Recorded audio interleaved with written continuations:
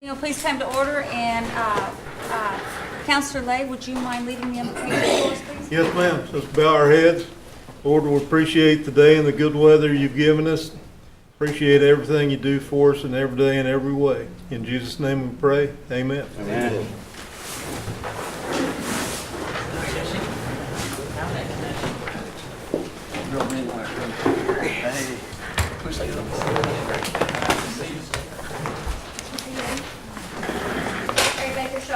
Present.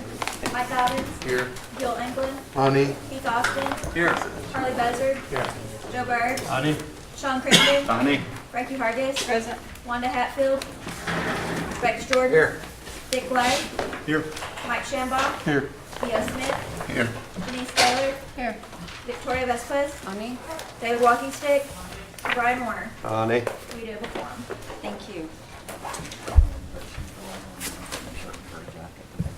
Has everybody had the opportunity to read the minutes of the last meeting? Make a motion they be approved. All those in favor of approving the minutes, please answer by yes. Yes. All those opposed? First up, we'd like to hear from Mr. Valerie. George, are you here? Yeah, there he is. Claremore Service Unit.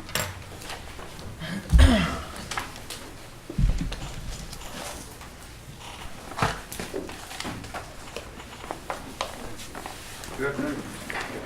George? My apologies, my reports, I started it around. I don't know how I left, it's my fault it didn't get sent out. I thought it had gone out, and as I left today, got ready to leave today, my secretary asked, are you going to take copies of your report to them? So here it is.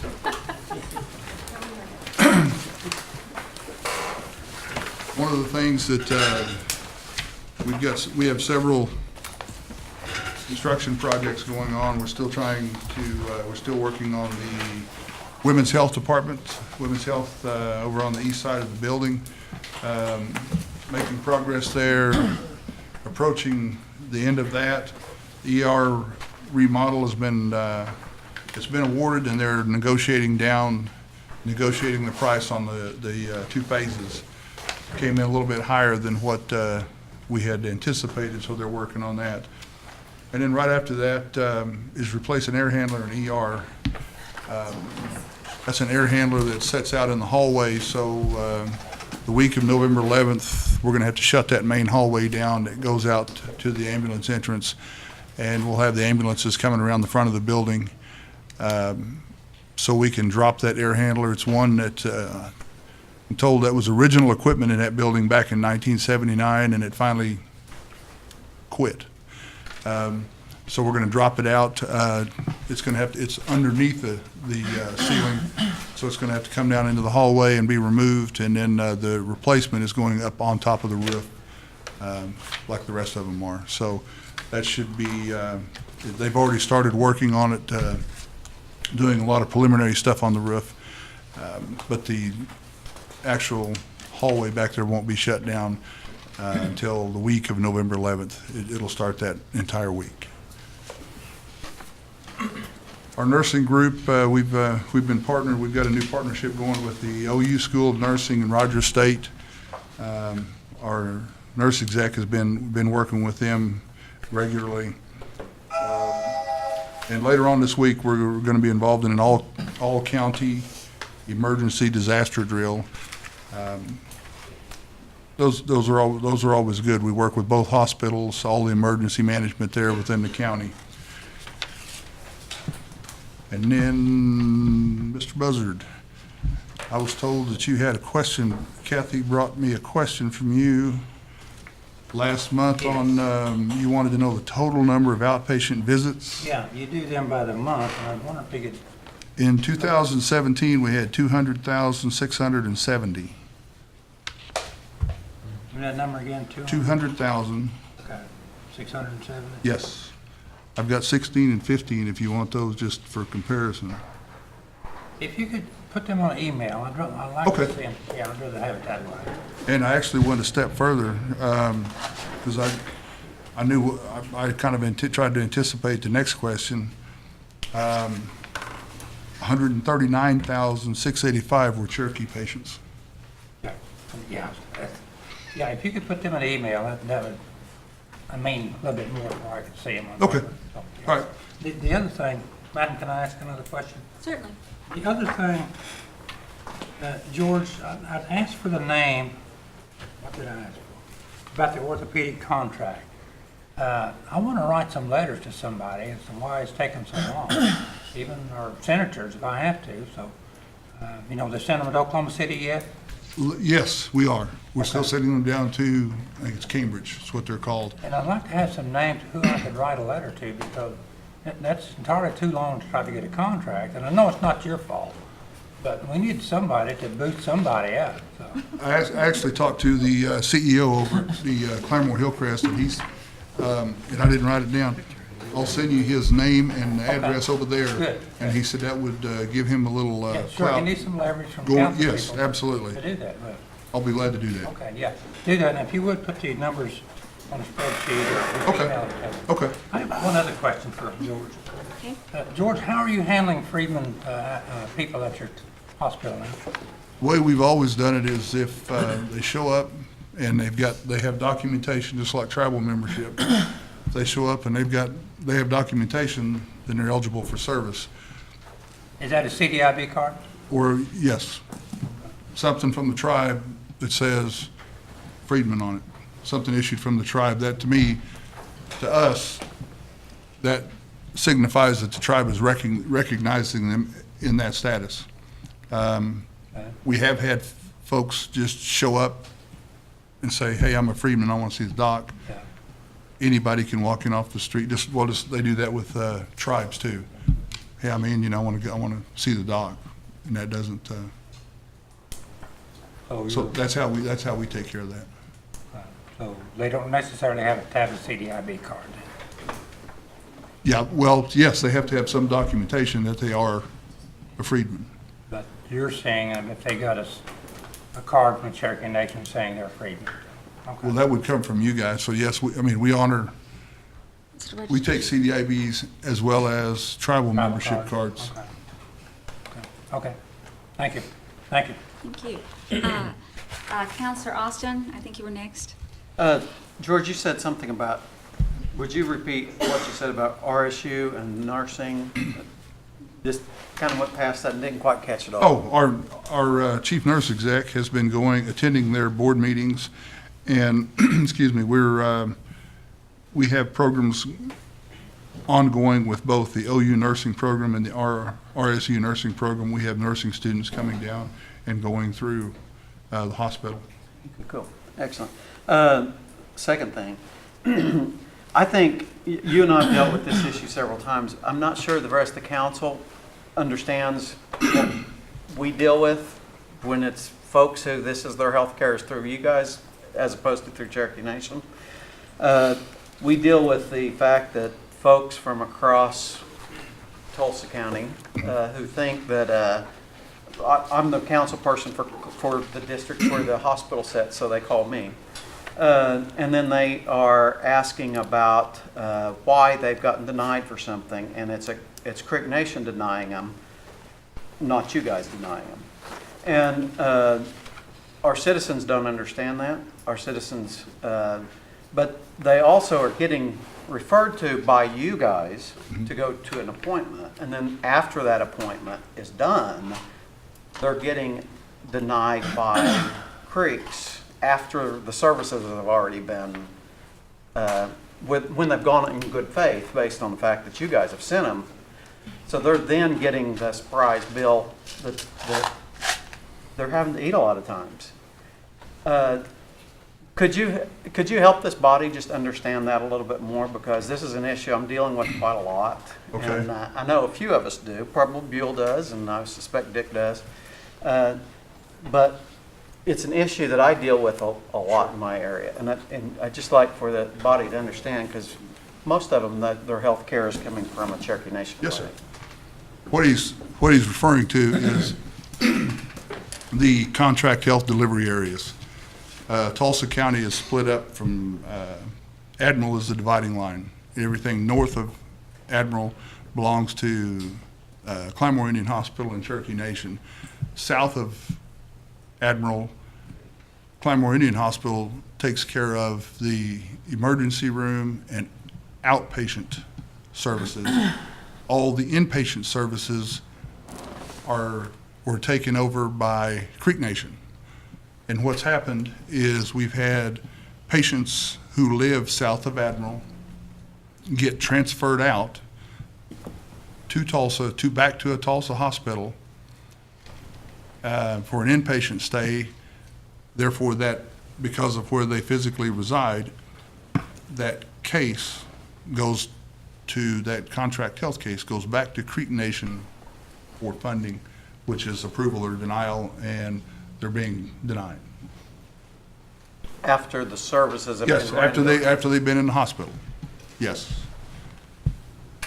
And sometimes the services have been rendered to an unconscious person who had no say in are they happening. Correct. And then they get a bill for it and they have no decision-making power in this process. And, you know, when patients come to our emergency room, we're the same as at Hastings, you know,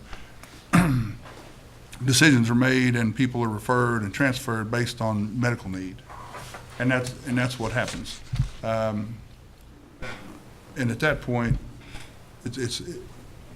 the payer is kind of a secondary nature. You know, we don't tend to think about that until we have the patient stable and they're well and, you know, able to think about that and talk about it. But that's what's happened is that's the cases he's referring to are patients who live south of Admiral that are being transferred back to Tulsa for care, for inpatient care, and then subsequently being denied by Creek Nation. Thank you. I really don't, we're not going anywhere with this. This was just a little educational, so everybody understood this particular issue is affecting a lot of Cherokee people. And that's why you're up there, Counselor. Counselor Walkingstick. Yes, with the Freedmen, Yes. is there, with the Indian Health Services and blood quantums, what's the requirement for a Native American to get services through the IHS? Sir, we don't get into the blood quantum. That's up to the tribe to decide what the blood quantums are. Is there a public law, or is there anything that's in writing legally that constitutes who you serve?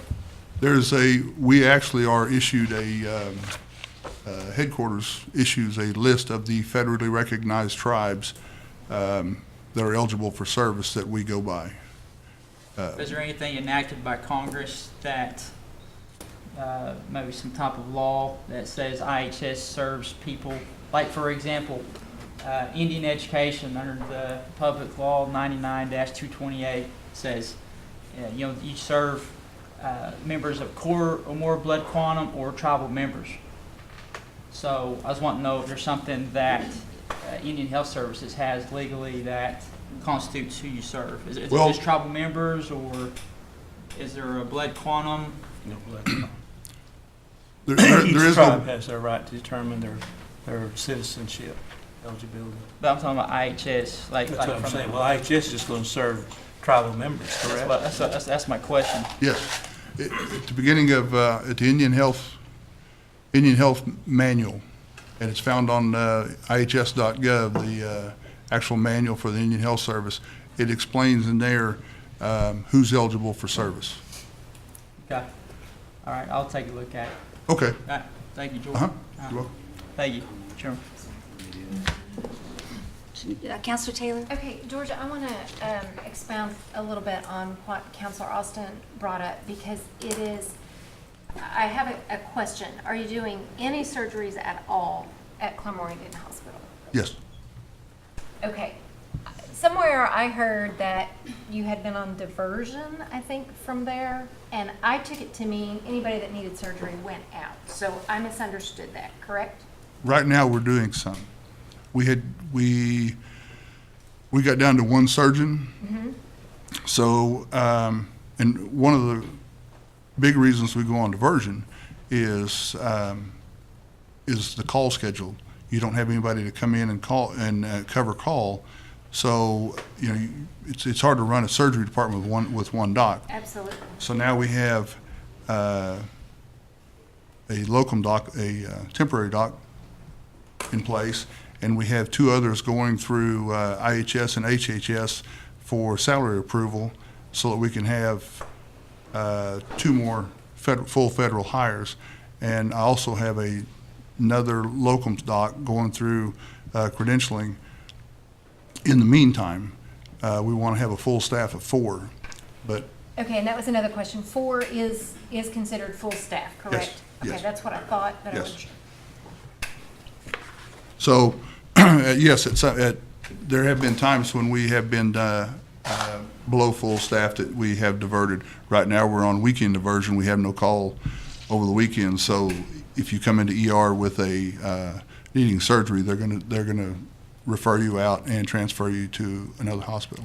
So currently, surgeries that can be scheduled, there is the possibility that they would be done at Claremore Indian Hospital. But if it's a surgery of an emergent nature, they're going to go. Is that a fair Yes. assessment Yes. to say? Yes, Okay, and Dr. Grimm, if say a patient lives in Broken Arrow, they come to Hastings for something, they need surgery, they're referred back to Tulsa. Is that handled differently than the same patient that went to Claremore Indian Hospital and was referred back to Tulsa? They still live in Creek Nation. I'm going to defer to our CHS expert. Okay, fine. Those are treated the same. Be it patient lives Broken Arrow, you can live in Muskogee on the west side of the boundary, and the boundary is exact enough that it actually goes through a house. And, So depending which bedroom you're in. yeah, but there's been a tribal law that clarifies if any part of the house is in the boundary, then the whole house is. So, but it's very, Fort Smith, Tulsa, Broken Arrow, Muskogee, all those places they could be seen at Hastings or Claremore, be transferred without knowing it, but medically need to be transferred, maybe for an MI or something. And we don't have any input into their payment of those claims. Okay, so bottom line, if this person that lived in Broken Arrow had gone to Hastings for emergent surgery, was transferred out, it would be treated no differently than if they went to Claremore Indian Hospital and were transferred out for Correct. emergent surgery.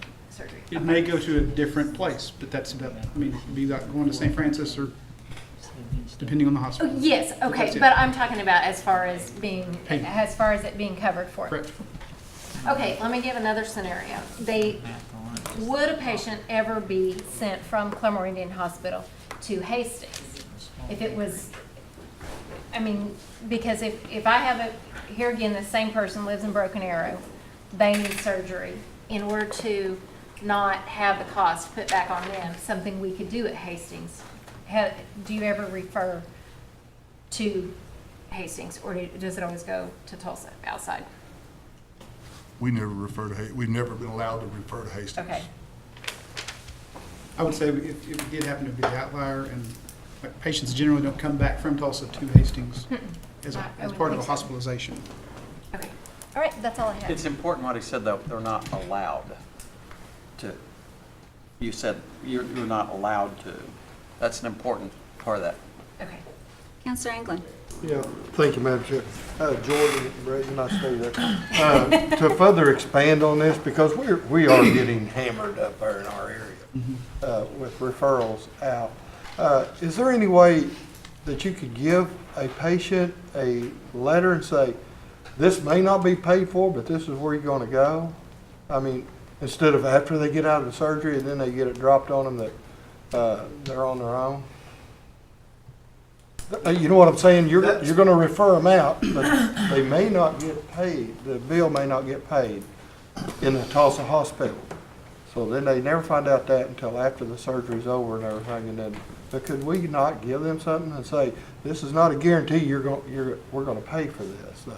Now, see, I don't know, if you live in our contract health delivery area and we transfer you to Tulsa, we're gonna pay that. We pay the transfers off the top because that's, I mean, we always have. We paid those directly off the top. The ones that are getting denied are the ones who live south of that. Yes. And that's the one I'm talking about, the one that I'm dealing with now, you know, the patient who lives in Creek Nation. That's more of a, maybe a medical legal kind of question, because you could give a patient that and they would effectively leave against medical advice, and then they put themselves at kind of a risk of potential, more health concerns. Now, so I know it's their decision to make, but I always explain to people, well, how does it work in Arkansas? If they go to the hospital, they're going to treat them, and if they're having a heart attack, an active heart attack, they're going to treat them regardless of what payer source they have. They're going to get the medical care, and it's kind of the same way. It's kind of more of a higher level decision making. Well, what I'm just afraid of is, for instance, like this young lady that's in this, say she's just really broken down and, just struggling to make it, and all of a sudden she gets this bill, she can't pay it, she's gonna lose everything that she has now, to try to survive. I guess, I don't know, maybe if she would've got that letter saying we may not pay for it, she might have just said, well, I'll just take my chance and go home.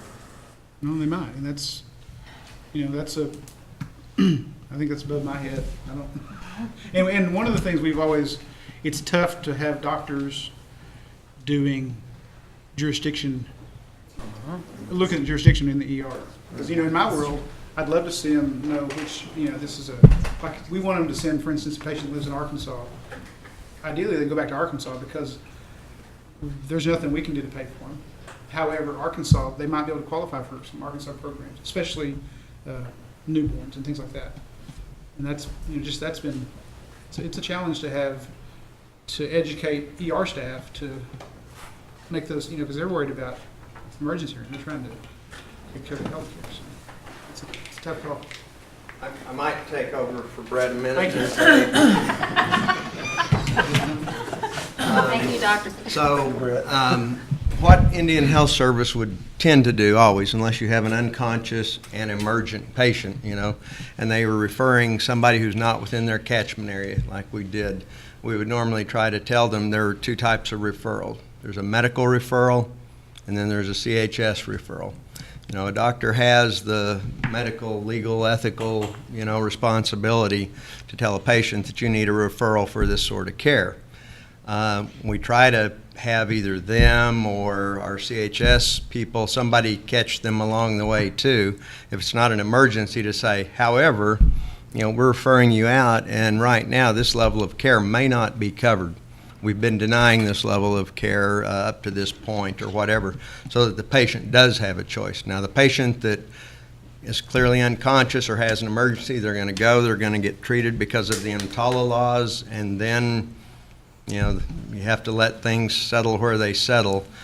They do have several levels of appeals, though. They have 3 levels of appeals, and if they call those out and or more money becomes available, but you only have so much money, and that's the problem, and that's why Indian Health Service, when they do surveys across the country about insurance, some people will say, well, I have Indian health coverage, that's my insurance. And you'll hear a lot of hospitals in Tulsa say, oh, you have Indian insurance, or you have this. It's not really insurance because it doesn't cover everything, and so surveys don't count it as such.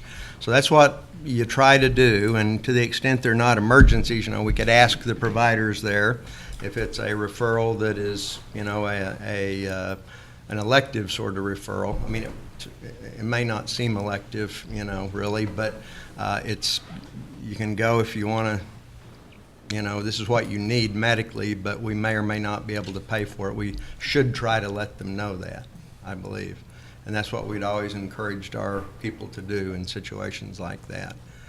I can answer some of the eligibility stuff a little bit, and sort of enhance George's answer too, and talk a little bit more about that when my time comes up if you'd like.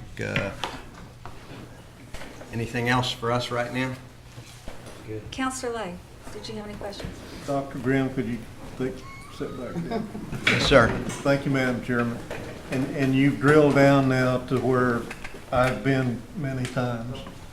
And so, when they're not unconscious, when they're not bleeding to death, when they're not, but it is kind of an emergency and we're gonna try to get them referred out.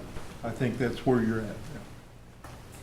At that point, sometimes, and I don't know how many times, at half the time, I don't know, they are not instructed to what you just mentioned, that by the way, we're referring you out, but we're not going to pay for it, or we may not pay for it. You need to go through a process with, if they're Cherokee citizens, at Claremore, go around the corner if it's during the day when our folks are there, and see if that process can be referred out and paid for.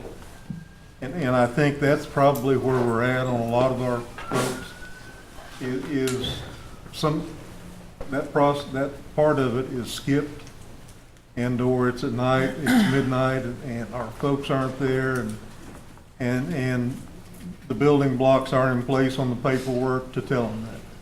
So how would we address that? Well, we can start trying to get better at it, and I think if we are missing it, one of the reasons we've been missing it is we approve 95 to 96%. So there's that 4% that slip through, and I guess our people are not used to having to say that very much because so many things get approved.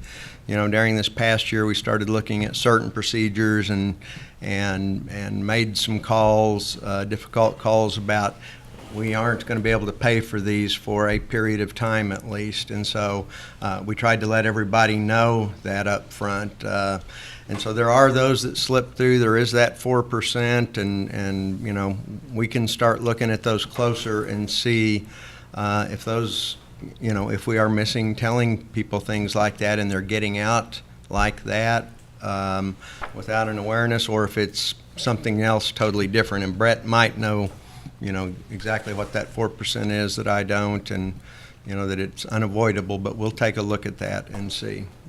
Because we try to do that when it's a referral that a physician's making for medical reasons that we know we're not going to be able to cover, because we've either said we're not going to pay for those right now, or we at least try to let the patient know that. And there's obviously 4% not getting approved, and so some of those may be slipping through without an awareness. I would just assume they are. And Thank you. Okay. George, I believe my question is directed at you. I had a call, and it was a woman who was very, very, very unhappy. She had several fractures of the spine. She needs back surgery. Hastings has sent her 2 letters not approving, you know, the surgery for her because she lives out of jurisdiction. And so 2 weeks ago on a Saturday night, she showed up at your emergency room severely in pain. She had her letters of rejection to prove what was wrong with her to the emergency room physician, who refused to give her any pain medication. Is that normal protocol? That's going to be an individual decision by whatever physician she saw, without knowing all the conditions involved. That would be impossible to answer. Okay, I was just curious because I thought it sounded kind of harsh. I thought they could at least have knocked out her pain and sent her home. That does sound harsh. Yes, it does. Anyway, I wanted to share that this did happen in your emergency room, and I would hope that all our administration and providers would treat each other with a little bit more kindness and respect toward our patients and each other. Anyway, that's all I have. Thank you so much, George. Appreciate you coming. Thank you. Thank you, George. Thank you. Okay, and today we have Dr. Grimm with us today. Connie is not able to make it. Thank you for coming.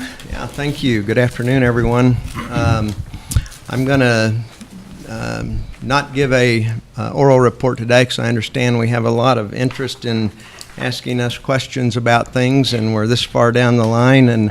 But I will clarify the question you brought up about eligibility a little bit, and then I'll be quiet and let you all start asking us questions about things. The Indian Health Service has what's referred to as an open door policy, meaning if you are a member of a federally recognized tribe or a descendant, and you have the proof, then you are eligible to walk into any IHS tribal urban clinic across the nation. There's just very, very, very few exceptions where certain tribes, very small ones, usually have, built their own and decided to only see their citizens. But in general, if you take Indian Health Service money, then that is the rule. And so we do that. Our last operations report, I don't remember, between around almost 300 different citizens from almost over 300 different tribes across the nation over the course of a year. However, the vast majority of those are, Cherokee and Creek, primary tribes that live around this area. And so one of the things I wanted to let you all know we've done, we are setting up, because you brought it up in reference with Friedman, we are setting up a conference call with the Indian Health Service. I've already spoken directly with the acting area director in the Oklahoma City area, also the director of field operations, and that is the person that oversees all of the different area directors, supervises the area directors in all regions of Indian Health Service. And then also Chief Baker, Secretary of State Hoskin, Kim Teehee and myself visited Washington, D.C. the other day and met with the acting director of Indian Health Service, Michael Wiaki, and some of his senior staff. And besides talking with them about joint venture, we brought up the issue of the recent decision, and that we would be speaking with them further about that, about the number of new citizens that we would have in our tribe. And so we are starting to have those discussions, and what we're going to be asking them to do is if they would be willing to write a letter. We're going to ask the Oklahoma area director if they would be willing to write a letter and allow our assistance from a legal perspective so that they would be able to distribute it to all the other IHS tribal and urban facilities in the Oklahoma region to make them aware of the decision, and that you'll start seeing people, with registration cards that say this or look like this. I'm not sure exactly what registration, how we're going to do that, but that's their question. But we're going to speak with them about that. So far, they've indicated a willingness to do that. So hopefully, people won't be turned away incorrectly.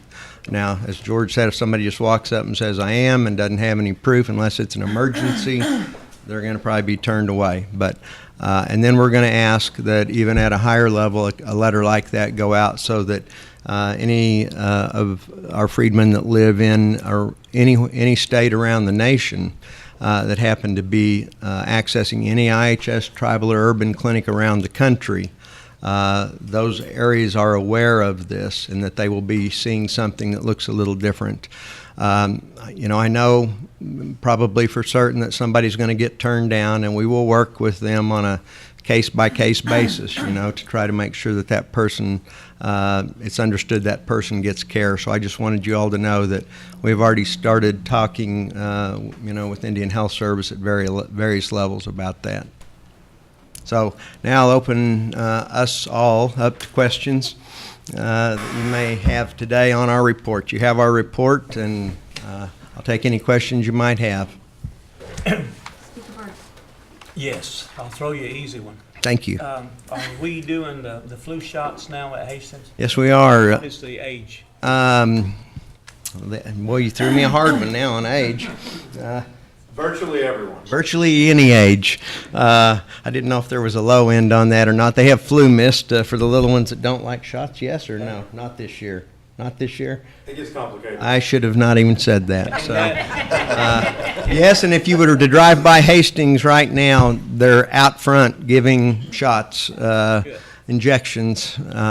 And so we've, I think it was in our last month's report, we had put toward the end of that report a listing of all the things we had scheduled to date in each of the clinics that had turned anything into us.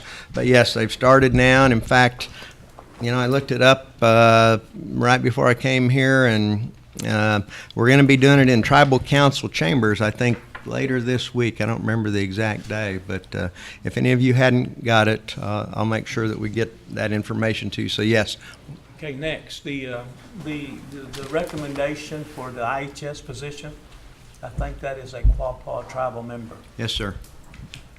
We were at NCAI, and he didn't fare very well in committee. And NCAI is very reluctant to write a letter of endorsement.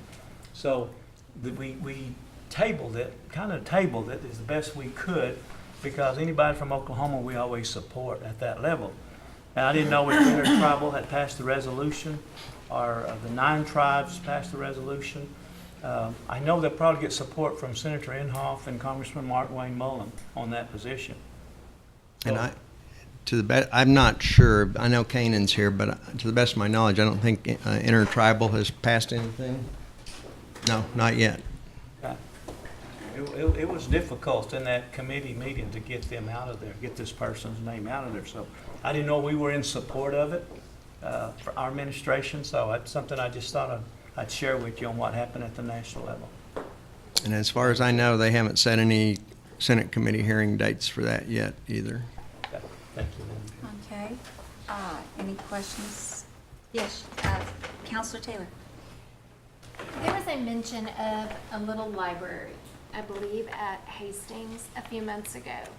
Who would be the lead on that I could contact with some questions? You could contact Dr. Smallwood or Dr. Stalkup, either one. Okay. And I want you to pass this along to public health nursing. Keith and Buell and I were at a meeting, and Cheryl came and did the flu shots.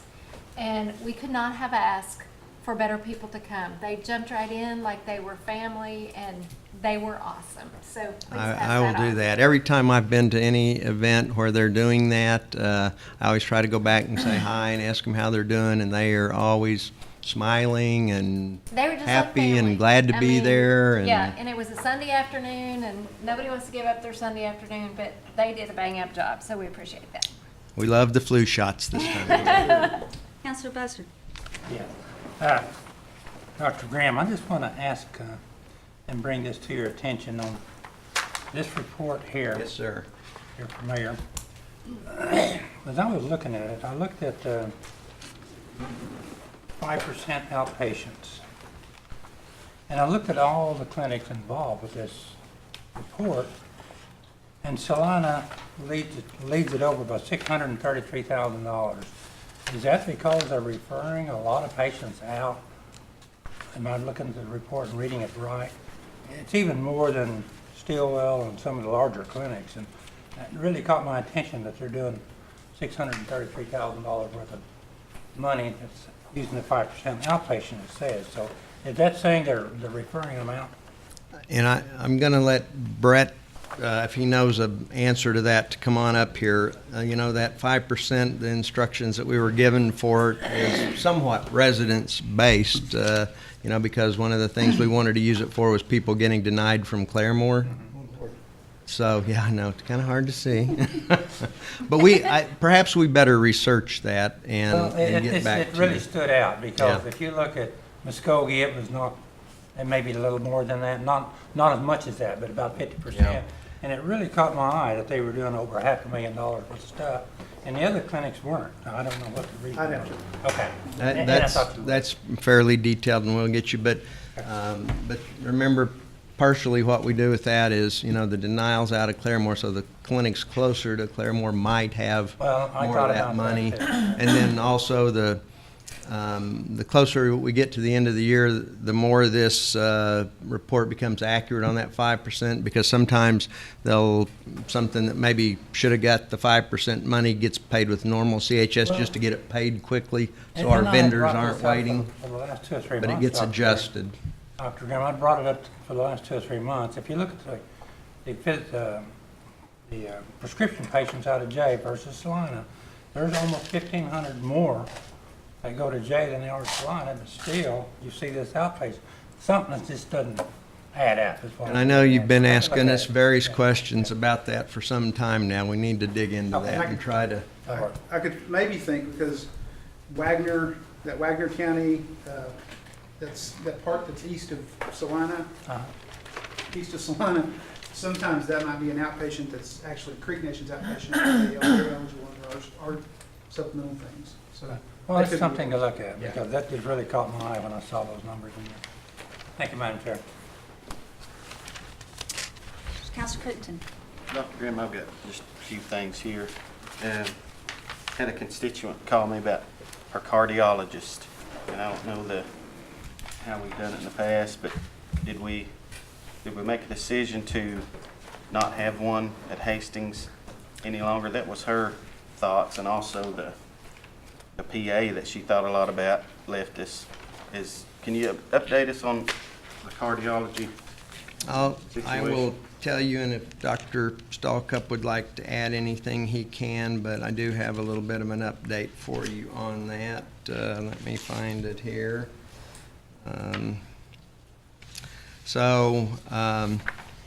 First thing I want you to all be aware of is that we've taken and are taking steps to ensure that the patients that were being seen in that cardiology clinic have continuity of care.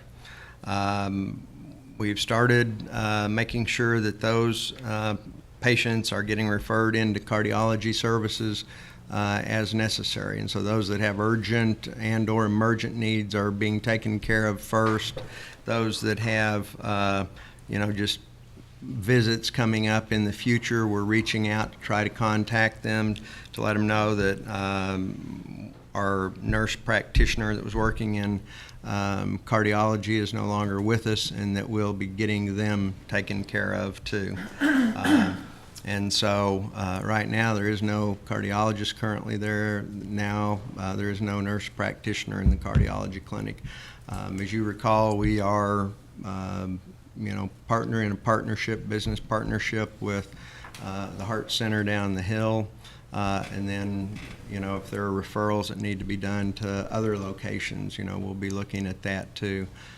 So we're going to make sure that all those patients' needs are taken care of. And if you're aware of anyone that's not, or somebody slipped through the crack about something, if you'll get us a name, we'll get in touch with them immediately. So to make sure I understand, we did have the cardiologist, and just recently it was a decision to not have. Is that, because I don't understand how it worked until the constituent, of course, calls me. Dr. Stallcup, I'm going to let him talk about the medical decision-making on that. I'll try to explain this without getting too far into the weeds on it. So we had a cardiologist some time ago. When that cardiologist parted ways with us, it became apparent that service line was tremendously expensive to maintain, and it's very difficult to have a service line with one person. So you can have an orthopedic department with 6 orthopedic doctors, and if you have enough business for them, you can manage that a lot more easily than if you have one. It's very difficult to have one of anything. So when we parted ways with the cardiologist had a nurse practitioner. So rather than reassigning the nurse practitioner continued to see cardiology follow-up appointments and then worked to place referrals to the patients to go down the hill to the Heart Center to see the cardiologist down there, basically performing a similar function to what the primary care doc would do. Was the cardiologist, did he leave voluntarily, or was he? I don't know how much I can go into that in a meeting. We may have to talk about that offline. Okay. But the plans are to, of course, any cardiology needs, is we've got one at Tahlequah City, right? Yes, sir. And that cardiology program is working wonderfully. It's very productive, very high level of service to our patients. People are very, very happy with it right now. We plan on, right now all cardiology referrals that we get are being approved. Some people had a relationship with doctors in Tulsa and kind of prefer to go down there, and we're sort of leaving it up to the patient. We're not necessarily directing people one way or another. Of course, forward thinking and moving down the road to the new facility, those will be discussions that we have to have then about scaling our own cardiology service line. And one of the things we did in that new facility when we were working with Indian Health Services, we said we were the first clinic able to open up their specialty module in their facility building health system planning process because of our size. And we told them that, you know, wherever things fell, we did not want just a single practitioner sort of, a single physician sort of specialty department. It's hard to manage. It kills the provider, you know, who's doing that practice. If they leave, it creates this kind of an issue. So there won't be any of the specialty clinics, once we're at full staff, that have just one provider, so that we find ourselves in sort of a situation where we were with this. So. Also had someone just contacted me today about the Wilma P. Clinic. Seems they had a doctor that would do home visits. And they gave her name, but I don't think that's either here nor there. But all of a sudden, they're not going to be the primary care provider. They'd go every 3 months, make the home visits, and they put a stop to that. Do you guys have you? I did visit with Dr. Baker about that. So there was a provider who was doing home visits, and it's very difficult because 1 or 2 home visits take several hours of time potentially. And I visited with Dr. Baker about how we could kind of maximize the ability of the docs to serve people. I don't think there was any directive given of don't do the home visits. We're just trying to figure out how to do it effectively. Right, because we need them at the clinic. And Right. So it's I've done a lot of home visits. I'm a big advocate of home visits. It does make it very difficult to practice and see your regular patients when you're doing home visits. Dr. Baker he's kind of forward thinking about this. He wants to figure out how to deliver care more effectively at the folks' home. So I don't think that this is a directive not to do that. This is another issue where you can't just point the finger at someone. So I'm not, but just it seems like it's going backwards. Just this situation is, hey, we used to do this for you, now we're not. So yeah, we don't want to do that. That's the call that I got. And another issue at Wilma P. Clinic said, and this was somebody in staff, and you've probably seen the email, but it says there's a real need for a handicap van that could help transport, some of these patients that maybe are not going to get their home visits. Maybe something like that. Now that's a possibility, if that for sure is a need. Right. I haven't seen that specific email that you're talking about, but we certainly want to capitalize wherever we can to make sure we can get folks in. And just if that would come up, I'm sure a lot would agree with me. If that would come up, the need for the handicap van, I would definitely be in support of finding some money for something like that, and I'm sure a lot of my friends here would. But so let me make sure I got this for my person I need to call. So it has stopped the home visits. I don't know what the schedule is, but I'll follow up with Dr. Baker on it. One more thing. We mentioned this the other day a little bit, just about the exit interviews, and I was kind of a slow soaker here, but who does those exit interviews and what's HR does those. HR does them. Okay.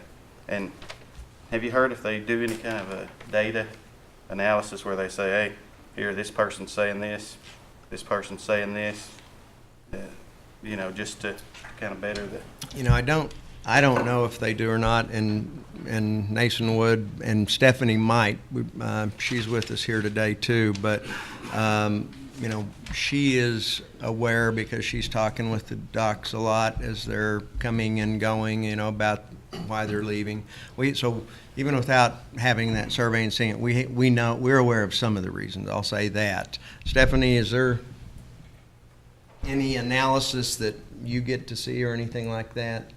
Just from, excuse me, when we looked last month and reported data, and that was handed out to the council, the reasons that we knew of, and we pretty much knew, I think, of all but maybe one, and the majority of the reasons we reported to you last month. We did not break it down why people left for other jobs.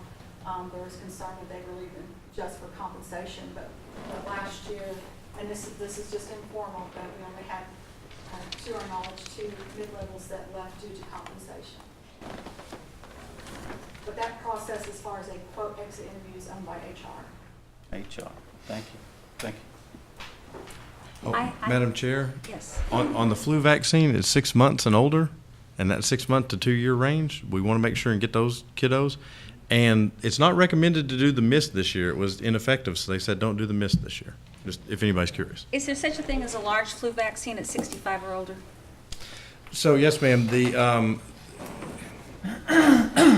there's a big kind of discussion about this. So if you don't have the high-dose vaccine available and you have an elder in your clinic, it's better to give them the regular vaccine. So there's some question on how many antibodies the body forms as in an elder. And there's some evidence that the antibody levels are lower with the regular vaccine, but it does appear to convey a good amount of protection to the elder if they have that. So we want to give the high dose vaccines if we have them, but there's nothing wrong with using the regular vaccine if you have the elder in your office. We don't want them to have to drive back up to try to get a different vaccine. Very good, I appreciate that. Guys, I have about 4 pages of questions. I'm going to try to fire off as many as I can, okay? One question I was asked to ask. Are you all intentionally trying to make our providers leave?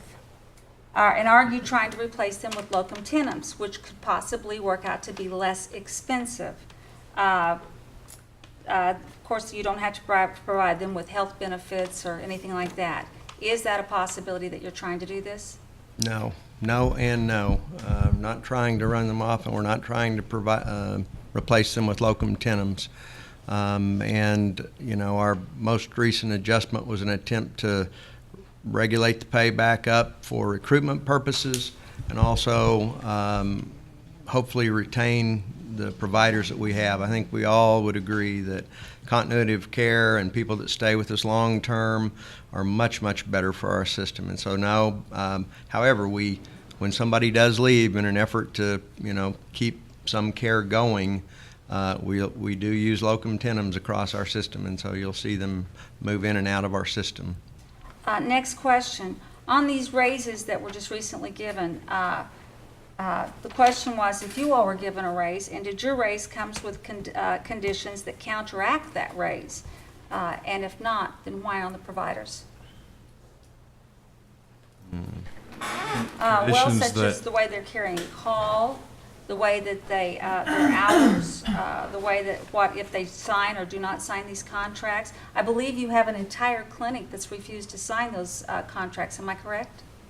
No, so we do have some people who are looking at the contracts and considering it. I've gone around and talked to the clinics. We had one clinic where some folks wanted some more time to look at it before signing it.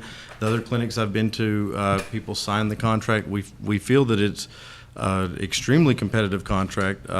We have a lot of interest in coming to work for our system right now. I've been able to visit one-on-one with some docs who work in other systems. Our contract would pay them much more than the competitors that they currently work for. I'm not sure what countermanding there is. We tried to make sure that we could make this as favorable as we could for everyone. Okay, you all hired doctors with the incentive that they would make $1,500 a year for 10 years if they would sign on in the beginning. And now you're all doing away with that $1,500 a year that they came to expect over a 10-year period. That is stopping now. Is that correct? Are you referring to the experience pay? Yes, it was called. Yes, ma'am. So the experience pay is stopping in favor of a 3% increase to the base salary, which outpaces the experience pay. Okay, it's been shared with me by about 3 or 4 of these physicians that the experience pay is not going to equal the $1,500 that they would have received annually. And if they feel that and they think you told them, it's my understanding, that if they don't sign these, that they can go ahead and keep them, but at the end of their contract next year, they're going to go back and start back at the beginning with a 3%, it's the most they can get. Is that correct? No, ma'am. So our contracts currently that the providers have auto-renew, and so that means that if they choose not to sign the new contract, then they are able to work under their previous contract. By doing that, they will bypass 5% increase to their base salary that they would get for every subsequent year of employment. So mathematically, I don't know that that's a wise thing to do, but certainly, it's perfectly fine for them to do that. There's no negatives for them doing that. Even with no RVU bonus and factoring in the experience pay for a provider in our system, the 10-year value of this contract is $210,000 more, even if you never reach the RVU bonus level. So I'm not sure what the criticism. Could you repeat that? You said 210,000? Right. So for a physician who came in with, we calculated up kind of a worst case scenario for a physician who had accrued half of their experience pay and then had remaining 4 years of experience pay. Factoring the new contract in the first year, the previous contract is very favorable because you get a 5% cash bonus. But what the new contracts do is, rather than giving a one-time raise and then watching Cherokee Nation provider salaries become less and less competitive every year until there's outcry and there's another big increase, the new contracts actually give a compounding increase to the base salary every year. So in that 5% that you get the first year, it's not someone just putting cash in your hand. You're going to get paid that 5% every year of your subsequent employment with Cherokee Nation. And so just like compounding interest does, the value of that contract is very, very high. So it ends up being $210,500 more over the 10-year life of the contract if a physician were to come in with 6 years of experience pay and have 4 years of subsequent experience increase, and you plotted out them keeping their previous contract versus adopting the new one. We tried to give absolutely as much increase to the base salary as we could. Of course, when you have a contract that compounds every year, you've got to be careful doing that because you could quickly just price yourself out of existence. But this will be the largest year-over-year increase to base that the providers have enjoyed working for Cherokee Nation. And that's throwing out all the RVU bonuses. That's assuming that someone stayed below the 25th percentile for the entirety of their employment. Okay, I know that Connie stated that our goal is to get our providers up to MGMA data, national database for providers' salaries. It has been a good base pay that they should be making that. And you all were looking at ways on how to incentivize them based on RVUs, and that you all have been studying diligently, and I think we're going to make some nice adjustments. This was said at a meeting, and somebody has sent this to me. How close are our providers to this MGMA national standard that you have discussed? So with the new contracts that we've issued, our providers are, and I can't give you the exact percentile, but well up around the median. If you factor in the benefits, MGMA data is reported. There's two different ways to calculate, one with benefits, one without. Of course, our benefits are very, very good in Cherokee Nation. Our providers' compensation is, under these new contracts, is very good, very competitive. Okay, so why did you offset their raises with things such as additional work, longer hours, seeing more patients, staying in the hospital during your entire call shift, eliminating post-call days, and eliminating their leave? And if you were to put values on all of this, the things that you did change in the contract, how many providers actually came out for the better? So, ma'am, there hasn't been any additional duties assigned to anyone. There haven't been any additional hours. The annual leave and sick leave did not change. The CME leave did not change. The being present in the hospital is a leadership decision that's based on, we feel it's better for our patients if they are critically ill or if they do need help to have the provider there in the hospital. We'd also like the providers engaged in the transfer process when we have to transfer our patients out to other systems. A lot of times this is done over phone reports, and that's very, very difficult, I think, to over the phone say we're unable to care for this person, then may cost us hundreds of thousands of dollars down the road. So I think that there are some I would respectfully say that we haven't assigned any extra duties to anyone, and we haven't altered schedules other than, asking that folks stay in the hospital. During duty hours, those aren't technically on-call hours. So when a physician is on nights, that's their regular duty hours. It would be like my duty hours are 8 to 5. It would be the difference between me doing work from home versus working on site. Of course, the surgeons, when the surgeons are on call, they're still going to be able to take call from home. These physicians who are on call in addition to their regular duty hours will be able to be at home. Okay, I can go on and on. I have about 2 more pages of notes. There are a couple I'm going to ask real quickly. I sent a memo, an email actually to, I think it's Dr. Smallwood. One of our providers, their things were thrown out, and I was wanting to know what is our policy regarding someone leaving and the disposal of their possessions. And so far, I haven't received that policy, and I would appreciate a copy of that. I'm not familiar with that, ma'am, Okay. but we can. I think I copied Connie as well on that. But I would like to see a policy of what happens to one's possessions after one is no longer employed. It's my understanding that their possessions were thrown away. I'd like to know what your policy is, and I'm praying that the hospital does have one. Exit interviews. I want to know, who does our exit interviews? HR does not do exit interviews. It's my understanding that they seem to think you all are doing it. So we're not getting any interviews with our physicians leaving, huh? We'll discuss that with HR then and see. Okay, if we could come, would you please copy me on that, because I'd Sure. really appreciate it.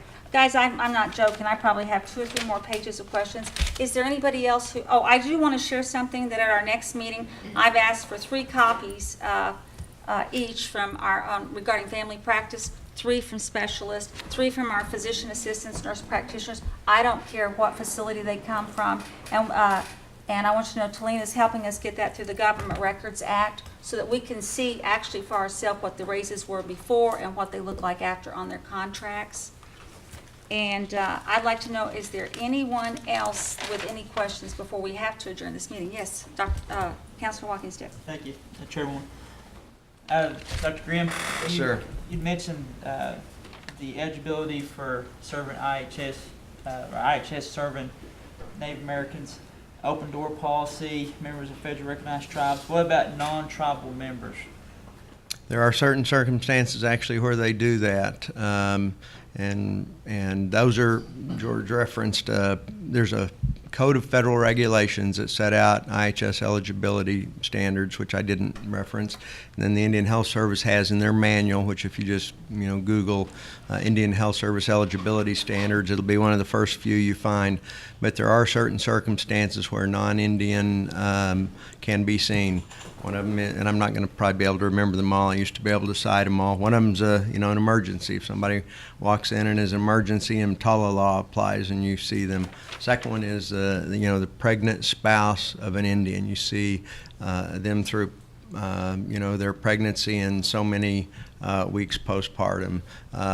Kids that may be non-Indian but are living in an Indian household are also eligible up until the age of, I believe it's 18 or 19. So in that eligibility policy, it gives you several. I mean, there's not a whole lot of exceptions, but those are a few, and I think maybe the last might be when there's a public health emergency declared. And if you need to, for infectious disease or other purposes, treat non-Indians, then you're allowed to do so as well. Thank you. Now under new business, Councilor Lake. Oh, thank you, Madam Chairman. For loss of providers in Cherokee Nation Health, I make a motion to bring that forward for discussion only. And if I may go ahead just to start it. Okay, please do.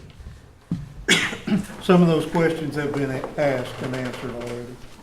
And we're still short physicians at Nowata, Oshaleta, Jay. I don't know how many other clinics. I think Stillwell's the only one that I know of that's filled up. I could be mistaken.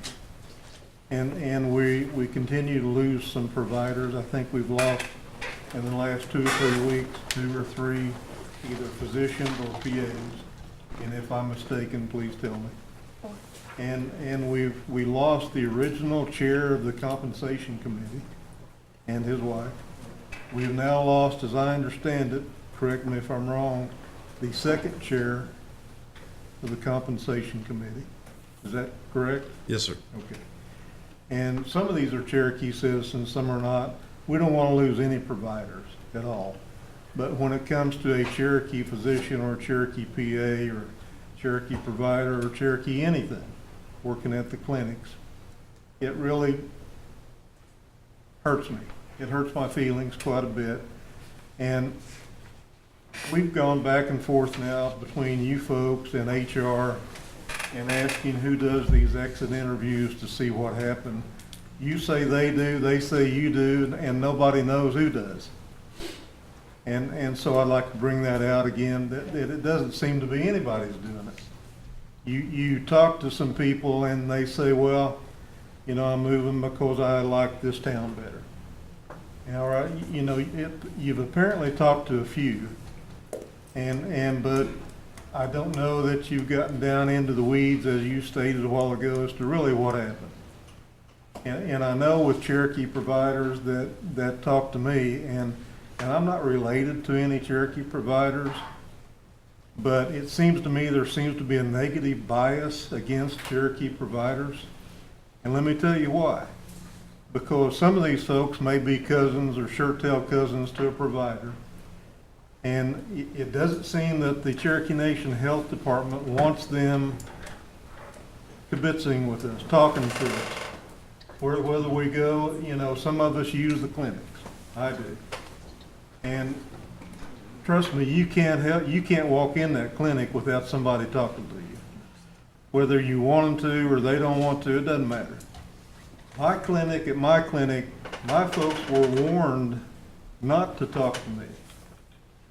Point blank warned. Now, I've been through this with Miss Davis. I've been through that with a couple of you. And so, you know, for a long time, I just really cooled it on that issue because I did not want them to be at risk. And I see some more Cherokee providers have gone out the door. As I understand it, we've just lost one last week who turned in her resignation or did not renew her contract, whatever you guys call it. And this is a person who grew up in the Cherokee Nation. And anyways, these things hurt my feelings tremendously. I don't know if they do yours or not. I hope they do. But if they don't, we need to come to some sort of a resolution about how to retain. Do we not understand that we got to treat these folks well as well as pay them? We finally got to the point, and it was like pulling teeth. I'm sorry, Doc. That's all right. Dr. Green, to get a pay raise. But it appears for a long group of people it was too late. And so we've finally done so. And I think it's a good thing. We should be happy about it. Have we treated these folks the way that you wanted you and me to treat each other? And I think in some respects we have not. When my clinic staff get threatened by Cherokee Nation health officials at a high level, do not talk to your counselor. That's baloney. And I've got other words for it I'll use later if you would like to hear. I know you know what I'm talking about. But this kind of stuff has got to stop. I'm short a doctor at NOAA. I'm short a doctor at Oshaleta. Dr. Gray, and I hate to mention his name, but he's running 3 clinics now. You guys said that was temporary. How long is temporary? And that's all I got. Thank you. Okay, finally, Dr. Dobbins. I'm not on the agenda, but just for thought, maybe for next month's agenda, I'd like for the council to think about a, nothing else, a study group to just look at the relationship that our providers have with the healthcare administration. Not to be a critique, but just to be constructive and just get input from all 17 counselors and may it be, we consider data, hardcore data, not he said, she said, or we had a constituent say this or that. Just look at the data, but our healthcare system has grown exponentially. And it's gotten to the point where we really have to do something very constructive, and our providers and the healthcare administration need to be on the same team. And I've only been on the council a couple of months. It just seems like this just needs to be, this needs to be addressed because it leads to the care of our people.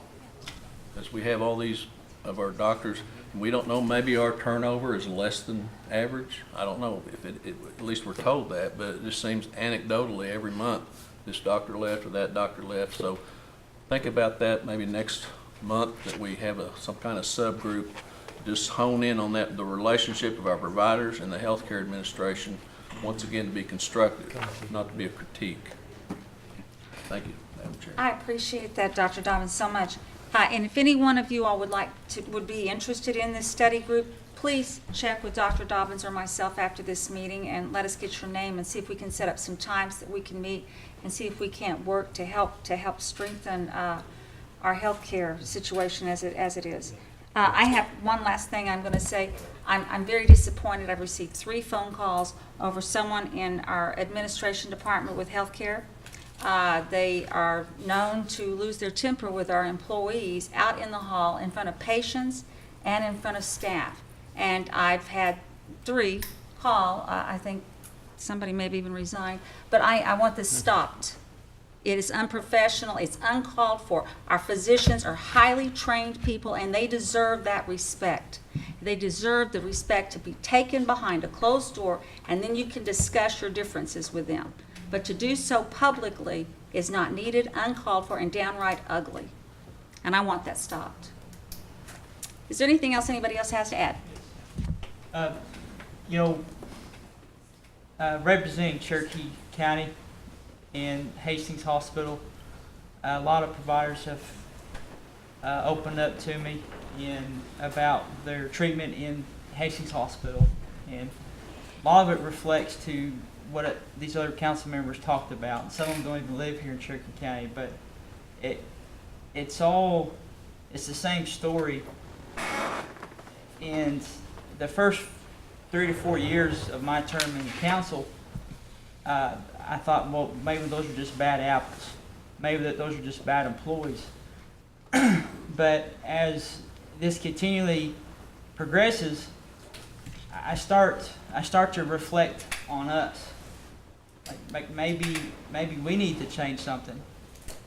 There can't be 110 bad apples over the last 6 years. There's a time that you guys start looking at yourself and say, start doing some self-criticism. Like, what can I do to get better, to make this a better workplace? Miss Wycliffe back there, she can only do so much to recruit doctors. That's her job, bring doctors in. But if doctors are going out as quickly as they're, coming in, we're going to continue to have a shortage in our health care. And, in me, being a coach and being a school administrator, all this comes down to is it's management. It's what you mentioned a while ago about yelling at providers, being unprofessional, bullying. If some of that stuff needs to go behind a closed door and have a one-on-one conversation. Whenever I coach basketball teams, I never yelled at a player in front of the whole entire team. I waited, brought the kid one-on-one because I didn't want to embarrass him in front of all his peers. And it was a teaching moment. So, hey, let's get better in this area. And the player respected the coach a lot more than just yelling at him right in front of all the other players. And that's the teamwork that Dobbins was sitting here talking about. We need to come together, collaborate, get on the same page, get on the same team. Because right now, you guys are already divided with the providers, the healthcare admin. It's to a point that it's continuing to go this way. I'm optimistic and hopeful that you guys can bring it back. But we talked about the raises all this entire time about this will recruit doctors and retain them. The doctors I visit with, they came to Hastings knowing they were going to take a pay cut. They came to this rural area to raise a family. They enjoyed the atmosphere of small town Oklahoma, and taking a pay cut that was expected. But when they're not being treated professionally, that's where the problem comes in. And the doctors that's left in the last couple months are some of the ones that I've talked to quite a bit. And is this, I don't know if it's by accident, but Councilman Lay was talking about the compensation committee, the chairperson, the co-chair, and they leave. And then we hear about these gag orders coming from the admin to the providers. This whole thing, the picture that this whole thing is painting, it's like a lynch mob. And I know you guys have your heart, and you guys are wanting to make Indian healthcare #1, make Cherokee Nation exemplary elite across the United States. I commend you for that. The joint venture was part of that.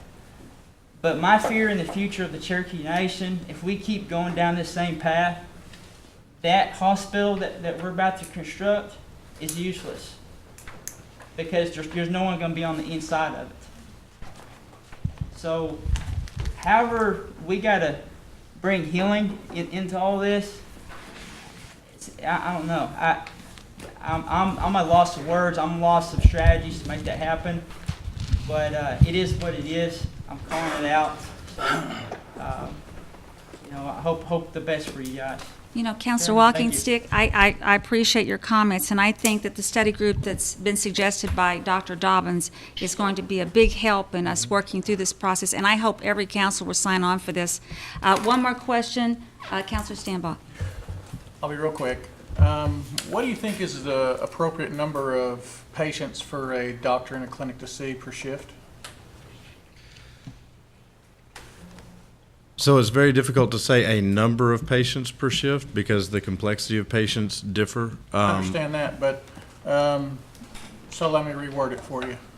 What is the least you think a doctor should see? Because there has to be a base that you should go by, and anything above that could change from hospital to hospital. But but let's just say what is the least? I would say to answer honestly, 1,060. No, I'm talking a day.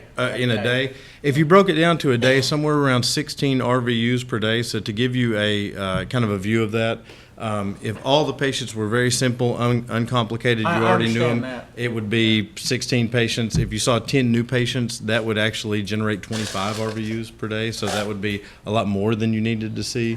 Well, I'm talking about actual patients. Actual patients. So it depends. It would vary between 8 and I would say 8 and 15. Okay. Well, I know other doctors. I've talked to 4 different ER doctors, different places, and they're saying 18 people to 20 a day. Private practice, they'll see 35 to 40, but that's a different deal. I understand that. So, but my deal is, my major complaint is they're in there for 4 hours. It takes a month before they can get an appointment. Mm-hmm. We're told that they're seeing 9 patients a day at J. That just seems awful. So going into these contracts, we average 11.57 patients a day. Yeah. That just seems awfully low from what other doctors are seeing when they're saying that 18 is exactly what you said, up to 20. That's what they're saying. And on a positive note, about moving forward, the doctors that I talked to about the raises said that they thought that was a good, fair thing. And they thought it would attract new people. So, that would be a good starting point to move forward positively. Okay. Can I say one thing, too, before we close? I mean, the things that you both said trouble me a lot, too. And, probably the greatest being a perception that there is a negative bias against Cherokee, physicians, which I don't believe is true, but even if there's a perception of one, that's terrible, that we need to fix that. And, I think there was a lot of contentiousness, if you will, around the whole pay raise and the length of time that it took. now that we've got it and we're there. You know, the two people that left that you referenced, you know, one, we were told by the people, went for a lifelong dream, you know, of getting to be a residency director, and the one that recently left, I was told, thought the pay raise was a good, acceptable pay raise, you know, for someone with her background, but again, went for a different reason that we can't talk about, you know, in an open setting. But that doesn't look good. I agree when you got those two people doing that. So we have some work to do to heal, you know, some of the things that are going on out there, and we will work on it as hard as we can. I will assure you of that. Dr. Grimm, we appreciate your kind words. I'll entertain a motion to dismiss. So moved. All in favor, say aye. Aye.